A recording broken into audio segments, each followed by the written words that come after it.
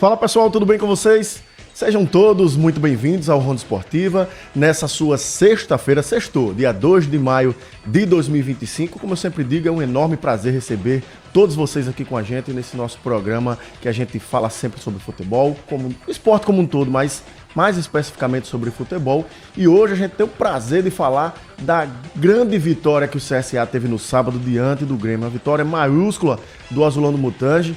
Começou vencendo, depois tomou a virada e virou nos minutos finais do jogo, trazendo uma euforia muito grande para o torcedor do CSA, que estava carente de uma vitória importante como essa que o CSA teve diante da equipe do Grêmio. Placar final 3-2 para o CSA, pelo jogo de ida da terceira fase da Copa do Brasil. O Azulão do Mutange, como eu disse, conseguiu uma vitória maiúscula diante da equipe de Série A do Campeonato Brasileiro.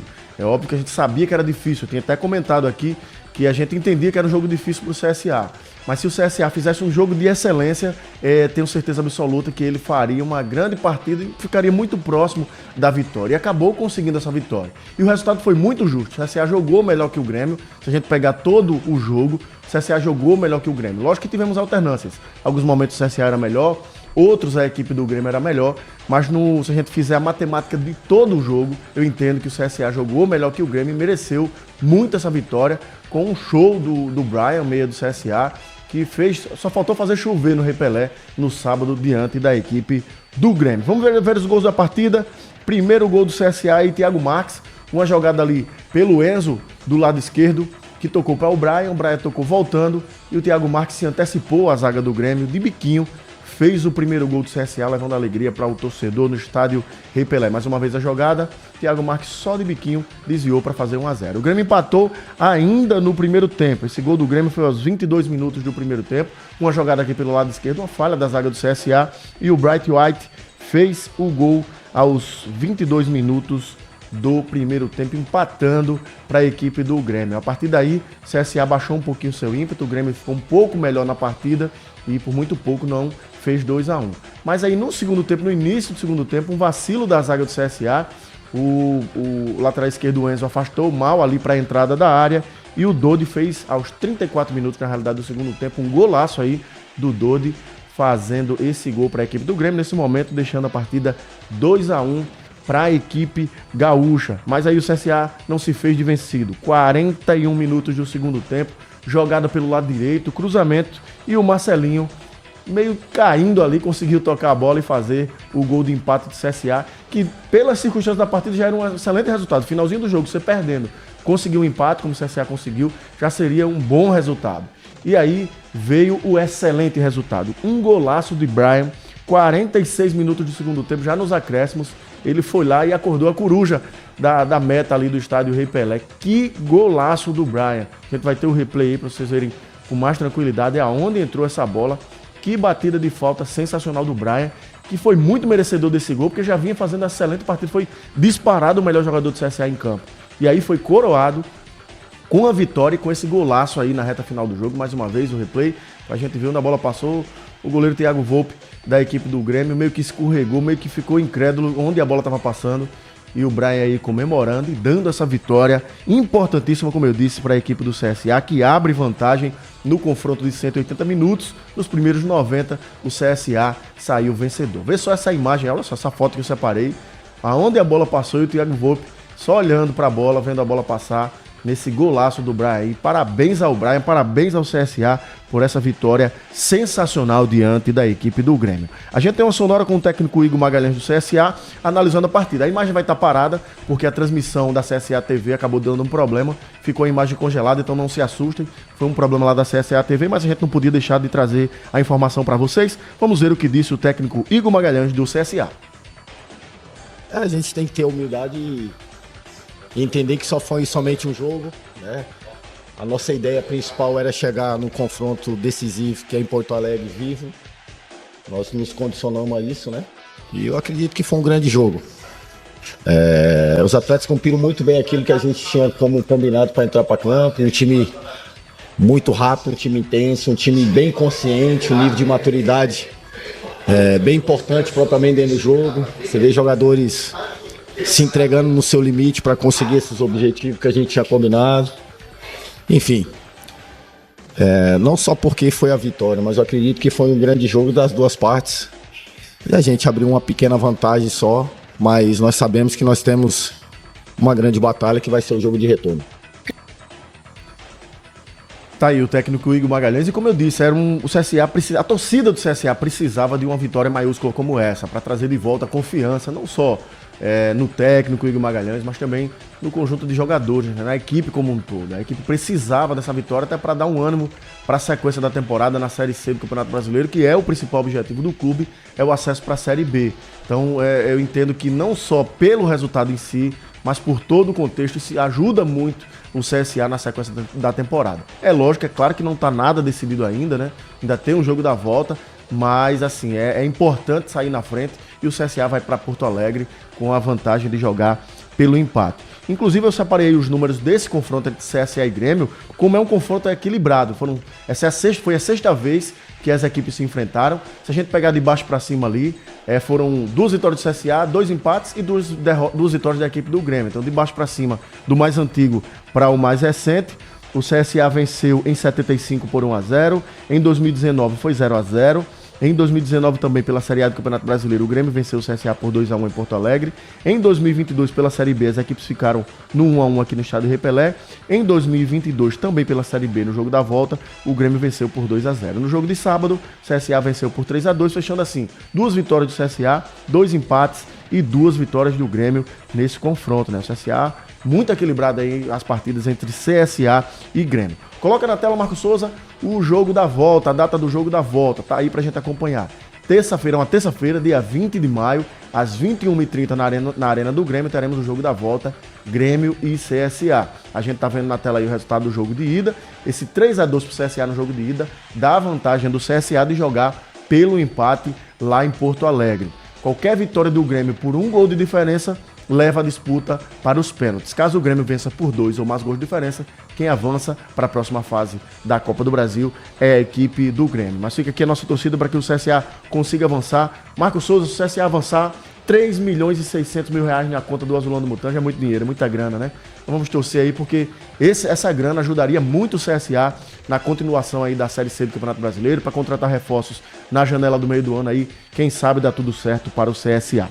Quem também entrou em campo nesse final de semana, só que ontem foi... Final de semana não, nesse meio de semana, no feriado, né? No feriado. Ontem foi a equipe do CRB no jogo diante da equipe do Santos. O Galo da Praia ficou no 1-1, empatou com a equipe do Santos. E assim, um empatezinho amargo, tá? O CRB teve a bola do jogo, último lance, pênalti pro CRB, o David da Hora foi e acabou desperdiçando a chance do CRB, que fez um jogo de gente grande, jogou com a equipe do Santos. O Santos foi um pouquinho, ligeiramente melhor no primeiro tempo, mas no segundo tempo o CRB nadou de braçada, tomou conta da partida e merecia a vitória, né? Não só o pênalti que o CRB perdeu, mas outras chances que a equipe do Galo teve ao longo de todo o segundo tempo, poderia ter dado a vitória para o CRB, o que faria, assim, o CRB jogar em casa com a vantagem do empate seria, assim, sensacional. Mas não é de todo ruim.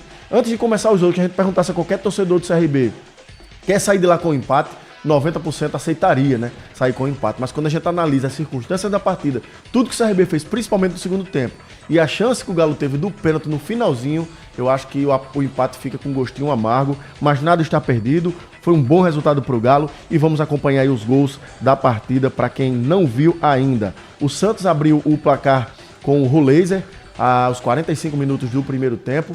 Matheus Albino tirou a bola ali, mas já foi dentro do gol. O Val observou as imagens e efetivamente o Matheus Albino tirou ali de dentro do gol. Por isso que o gol foi marcado. A imagem não é muito nítida, mas se a gente vê ali quando o Roleiser chuta, o Matheus Albino, quando tira, ela já está na barriga, dentro do gol. E o Santos acabou abrindo o placar aí com esse lance 1-0 no finalzinho do primeiro tempo. E aí o Galo foi para cima e aproveitou um vacilo da saída errada da zaga do Santos. O Gil saiu errado ali. O Breno Herculano, 13 minutos do segundo tempo, empatou para o Galo. Um golaço do Breno Herculano. Apesar de ter sido uma bola roubada, mas o jeito que ele virou o corpo e finalizou, ó, dessa imagem dá para ver perfeitamente, girou o corpo, finalizou no cantinho para empatar para a equipe do Galo. E aí, a chance de ouro que o Galo teve. David da Hora, último lance da partida, foi para a bola, bateu e o Gabriel Brazão, goleiro do Santos, defendeu. Poxa, assim, o torcedor do Galo, que poderia ter um feriado muito feliz, ficou extremamente chateado. Assim, entendo que não era o David da Hora para bater esse pênalti, tem tanto jogador do CRB. O David da Hora é um jogador que é muito questionado pela torcida do Galo. Eu entendo que ele queria fazer esse gol para tirar esse peso. Olha aí quem estava acompanhando o jogo, Neymar, acompanhando o jogo entre CRB, aliás, Santos e CRB, né, já que o jogo lá na Vila. Neymar comemorando aí a defesa do Gabriel Brazão do pênalti, garantindo esse empate para a equipe do Santos. E é como eu disse, né? Eu acho que o David da Hora não era o jogador mais apropriado. Eu entendo que ele queria fazer o gol para tirar esse peso e tentar tirar essa desconfiança da torcida, porque se o CRB vence com o gol dele, ele acha que tiraria esse peso, né, essa pressão. Mas aí foi pior, ele aumentou a pressão diante dele, o torcedor ficou extremamente incomodado e chateado por ele ter perdido o pênalti. Eu acho que o Matheus Ribeiro era o atleta mais adequado para bater esse pênalti, visto que o GG e o Danielzinho já haviam sido substituídos. O Brenner Herculano também não estava em campo, então eu acho que o Matheus Ribeiro era o homem mais adequado, visto que o Matheus Ribeiro, todas as vezes que bateu o pênalti muito bem. E se eu não me engano, na escala de batedores do Galo, o Matheus Ribeiro é o segundo que os técnicos escolhem aí para bater.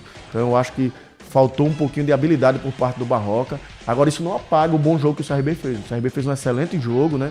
O Eduardo Barroca está surpreendendo a conseguir entregar um time extremamente competitivo, mas dessa vez ficou aquele gostinho amargo por conta desse pênalti perdido no final da partida pelo David da Hora. Vamos ouvir o comandante do Galo, né? Eduardo Barroca, analisando a partida de ontem diante da equipe do Santos. Vamos acompanhar. Muito difícil jogar aqui contra o Santos, em qualquer cenário. O Santos vem de uma troca de treinador. Conheço muito bem o trabalho do Kleber, o trabalho da equipe do Kleber, todos muito competentes. Tiveram 2 dias aí para trabalhar e acho que a gente veio aqui com coragem para enfrentar o Santos, com um comportamento, uma postura muito boa. Depois de 2 jogos fora de casa, emendamos o 3º jogo fora de casa e fizemos uma partida muito boa. Tivemos a bola, criamos as nossas oportunidades, concedemos poucas oportunidades para o Santos. O Santos acabou fazendo um gol de escanteio. Eles tiveram um volume até grande de escanteios e a gente teve uma postura muito boa.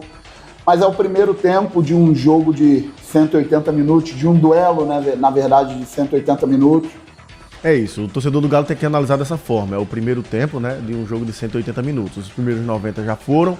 O Galo conseguiu um empate e vai jogar diante do seu torcedor. O torcedor do Galo tem que fazer é o quê? Lotar o Rei Pelé no jogo da volta para empurrar e apoiar o CRB para que consiga, com uma vitória simples, que daria a classificação para o Galo embolsar na realidade 3.600.000 reais em caso de avanço aí para a próxima fase da Copa do Brasil. Vamos ver as datas aí, na realidade a data do jogo da volta do CRB contra o Santos. Na quinta-feira, uma quinta-feira, dia 22 de maio, às 21h30, aqui no estádio Rei Pelé. Como no jogo da ida foi 1-1, simples. Caso seja novamente empate, decisão vai para os pênaltis. E quem vencer estará classificado para a próxima fase da Copa do Brasil e vai colocar no bolso 3.600.000 reais. Marcos, coloca na tela aí os resultados da quarta-feira e da quinta-feira da Copa do Brasil, todos eles pra gente acompanhar aí. O Botafogo goleou o capital do DF por 4-0. O Ceará perdeu em casa para o Palmeiras por 1-0. O Paysandu também foi derrotado em casa por 1-0 para a equipe do Bahia. Novo Horizontino perdeu também em casa para o Corinthians por 1-0. CSA e Grêmio a gente já comentou, o Azulão do Mutange venceu por 3-2. Operário e Vasco ficaram no 1-1. Brusque e Atlético Paranaense no 0-0. Santos e CRB 1-1. O Criciúma venceu o Red Bull Bragantino por 1-0. O Flamengo venceu o Botafogo da Paraíba fora de casa por 1-0. E o Cruzeiro venceu o Vila Nova de Minas Gerais por 2-0. Então tá todo o panorama aí dessa terceira fase da Copa do Brasil. Os jogos de volta entre os dias 20 e 22 de maio. A gente vai sempre atualizando aqui todo mundo conforme os resultados forem acontecendo. E pra gente terminar, a gente vai só colocar aí na tela o jogo que vai acontecer amanhã entre a equipe do Asa e do Penedense pela Série D do Campeonato Brasileiro. Jogo no Estádio Municipal de Arapiraca, amanhã, dia 3, a partir das 17 horas, lá no Municipal, no Fumeirão, em Arapiraca. Aí eu vou desejar boa sorte às duas equipes, a melhor que vença, visto que é um confronto alagoano na competição. Então, que Asa e Penedense façam um grande jogo e brindem aí as torcidas, tanto da equipe de Arapiraca como da de Penedo, com uma excelente partida. Desde já, esse é o nosso desejo. Então por hoje é só, meus amigos, grande abraço a todos. Amanhã não, só segunda agora. Segunda-feira eu tô de volta, trazendo muita informação do esporte para todos vocês. Grande abraço, meus queridos, valeu!